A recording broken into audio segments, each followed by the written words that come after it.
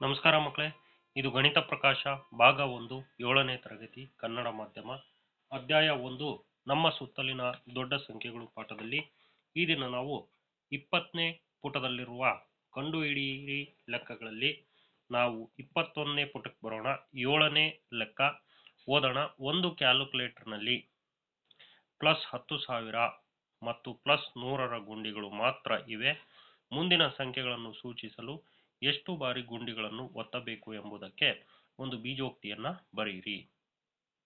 ಈಗ 20,800, 92,100, 1,20,500, 65,30,000, 70,25,700 ಒಂದೊಂದಾಗಿ ನಾವು ಎಷ್ಟು ಗುಂಡಿ ಅಂತ ನೋಡೋಣ. 20,800 ಅಂದ್ರೆ 10,000 ಗುಂಡಿಯನ್ನ 2 ಬಾರಿ ಒತ್ತಬೇಕು. 100ರ ಗುಂಡಿಯನ್ನ 8 ಬಾರಿ ಒತ್ತಬೇಕು.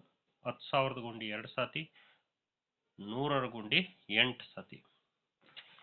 20,000 10,000 ಗುಂಡಿ 2 ಸತಿ ಒತ್ತಿದ್ರೆ 20,000, ಇದು 800, 20,800. ಬೀಜೋಕ್ತಿಯನ್ನು ಬರೀರಿ ಅಂತ ಹೇಳಿದ್ದಾರೆ, ಆದರೆ ಬೀಜೋಕ್ತಿ ಏನು ಬರೋದಿಲ್ಲ. 10,000 ಇಂಟು ಎಕ್ಸ್ 100 ಇಂಟು ವೈ ಅಂತ ಆಗುತ್ತೆ.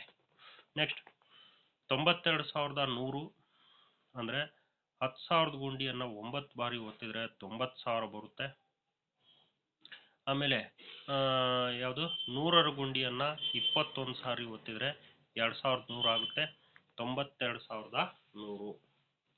ನೆಕ್ಸ್ಟ್ 1,20,500 ಅಂದರೆ 10,000 ಗುಂಡಿಯನ್ನು 12 ಬಾರಿ ಒತ್ತಬೇಕು. 100ರ ಗುಂಡಿಯನ್ನು 5 ಬಾರಿ ಒತ್ತಬೇಕು. 12 ಬಾರಿ ಒತ್ತಿದ್ರೆ 1,20,000 ಆಯ್ತು. 5 ಬಾರಿ ಒತ್ತಿದ್ರೆ 500 ಆಯ್ತು. 1,20,500.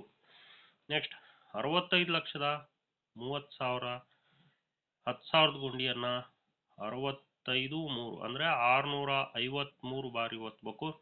653 ಇಂಟು 10,000 65,30,000 ಆಗುತ್ತೆ. ನೆಕ್ಸ್ಟ್ 70,25,700 10,000 ಗುಂಡಿಯನ್ನು ಎಷ್ಟು ಸಾರಿ ಒತ್ತಬೇಕು?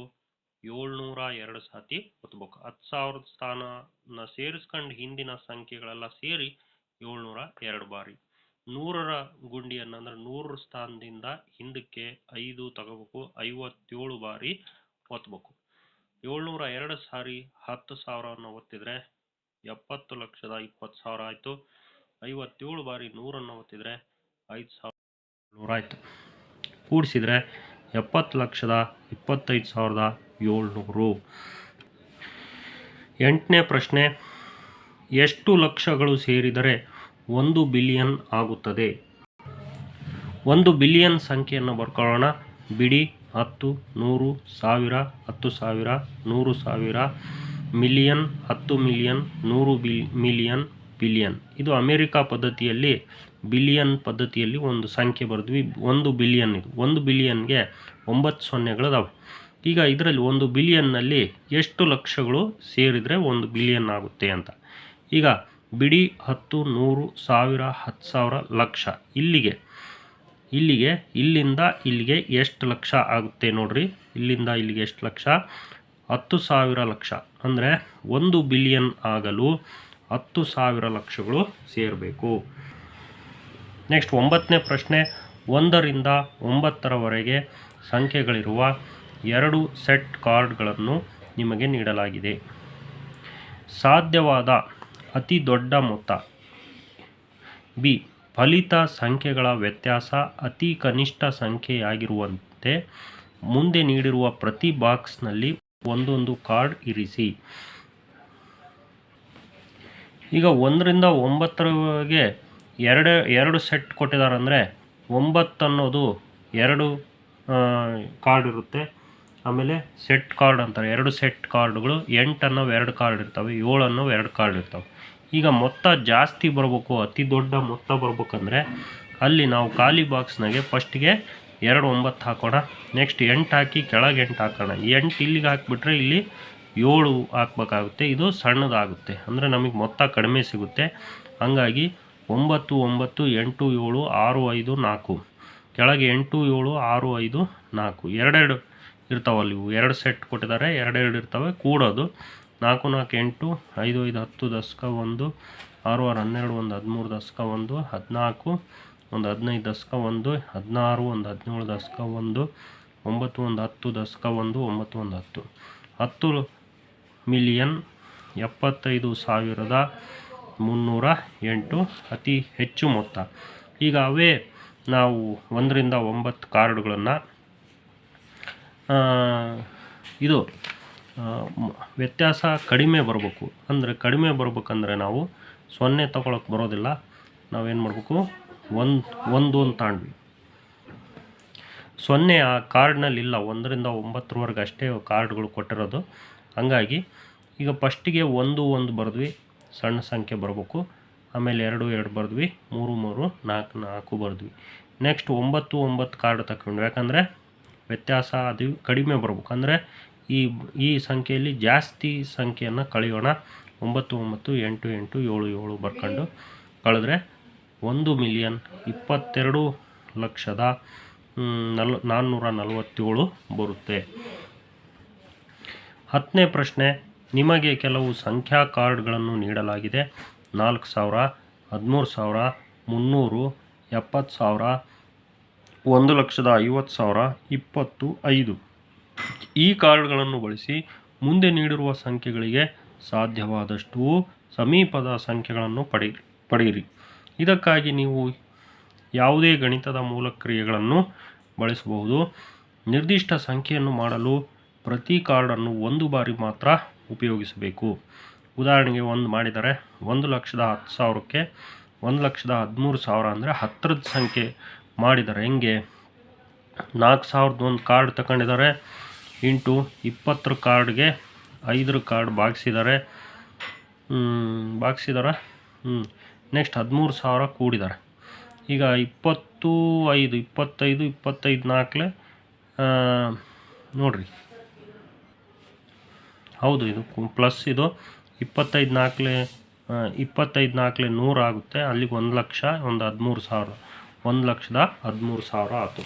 ಈಗ 2,00,000ಕ್ಕೆ ನಾವು ತಗೊಂಡ್ರೆ ನೋಡಿ, 1,10,000ಕ್ಕೆ ಇನ್ನೊಂದು ಸಾರಿ ನಾವು ನೋಡೋಣ.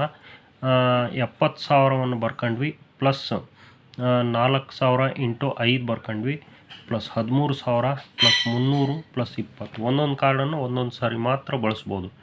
ಈಗ ಇವೆರಡು ಗುಣಿಸೋಣ. 5 4 20, 20,000. ಇದು 13,000, 300, 20. ಟೋಟಲ್ ಕೂಡಿದರೆ 70 20 90 1 100 ಅಂದರೆ 1,00,000. ಇದು 3,000 3,320. ಇದು ಕೂಡ ಹತ್ತಿರದ ಬೆಲೆ ಆಗುತ್ತೆ.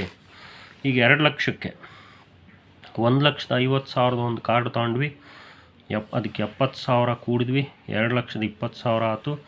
ಅದರಲ್ಲಿ ಕಳೆದ್ವಿ ಎಷ್ಟು, 4,000 ಇಂಟು 5 5 4 20 ಅಂದರೆ 20,000. 20,000ನ ಕಳೆದ್ರೆ ಕರೆಕ್ಟಾಗಿ 2,00,000 ನಮಗೆ ಬರ್ತಾ ಇದೆ. ಹತ್ತಿರದ ಸಂಖ್ಯೆನೂ ಬೇಡ, ಅದೇ ಸಂಖ್ಯೆ ಸಿಕ್ತು. ನೆಕ್ಸ್ಟ್ 5,80,000 ಬರ್ಬೇಕಂದ್ರೆ 1,50,000 ಕಾರ್ಡು ಪ್ಲಸ್ ಅದಕ್ಕೆ 70,000 ಇಂಟು 5 ಗುಣಿಸಿದರೆ 7 5 35 3,50,000 ಆಯಿತು. ಪ್ಲಸ್ಸು ಇದು ಗುಣಿಸಿದ್ವಿ, 4 2 8, ಇದು 80,000. ಇದು 1,50,000 3,50,000 5,00,000 ಆಯಿತು.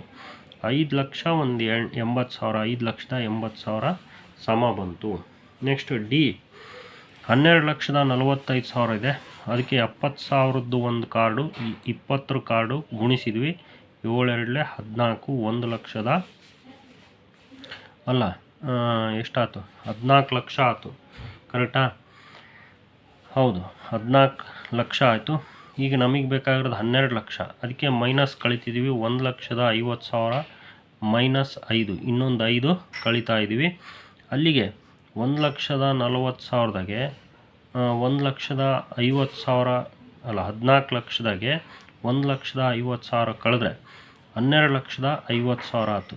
ಅದ್ರಾಗ 5 ಕಳೆದ್ರೆ 12,49,905 ಇದು ಸಮೀಪದ ಸಂಖ್ಯೆ. ಅಷ್ಟೇ ಬಂದಿಲ್ಲ, ನೀವು ಅಷ್ಟೇ ಬರೋಂಗೆ ನೀವು ಕೂಡ ಪ್ರಯತ್ನ ಮಾಡ್ಬೋದು. ಹೌದಾ. ಈಗ 20 ಲಕ್ಷ ಎಷ್ಟು 20,90,800 ಬರೋದಕ್ಕೆ 4,000 ಒಂದು ಕಾರ್ಡು, 1,50,000 ಒಂದು ಕಾರ್ಡು, ಅದಕ್ಕೆ 300ರಿಂದ ಭಾಗಿಸ್ತಾ ಇದ್ದೀವಿ. Next 70,000, next 13,000, next 20 × 5. ಈಗ 4,000 ಇಂಟು 2 ಸೊನ್ನೆಗೆ 2 ಸೊನ್ನೆಗೆ ಹೋಗ್ತವೆ, 3 5 15 ಅಂದರೆ 5 ಉಳಿತತೆ. 5 1 2 0 500 ಉಳಿತು. ನೆಕ್ಸ್ಟ್ ಇಲ್ಲಿ 70,000 ಹಂಗೆ, 13,000 ಹಂಗೆ, ಇಲ್ಲಿ 25 100. ಈಗ ಇವೆರಡು ಗುಣಿಸೋಣ. 5 4 20, ಇವು 3 0, ಇವೆರಡು 0, 5 0 ಬರೆದ್ವಿ. ಅಲ್ಲಿಗೆ 20 ಲಕ್ಷ ಆಯಿತು. ತಿರುಗಿದು 70 ಒಂದು 13, 83,000 ಒಂದು 100.